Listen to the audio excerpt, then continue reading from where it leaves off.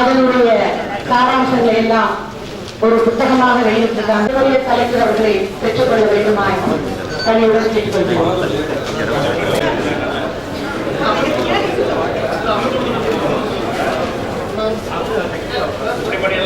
மாரி தலைவர் கையை வச்சுங்க. மாரி தலைவர் கையை வச்சுங்க.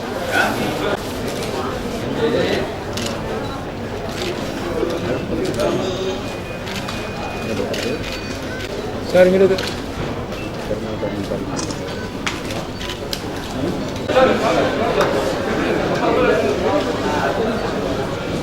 தமிழ்நாடு சமூக நல வாரியம் யுனெஸ்கோ இணைந்து நடத்தும் குழந்தைகள்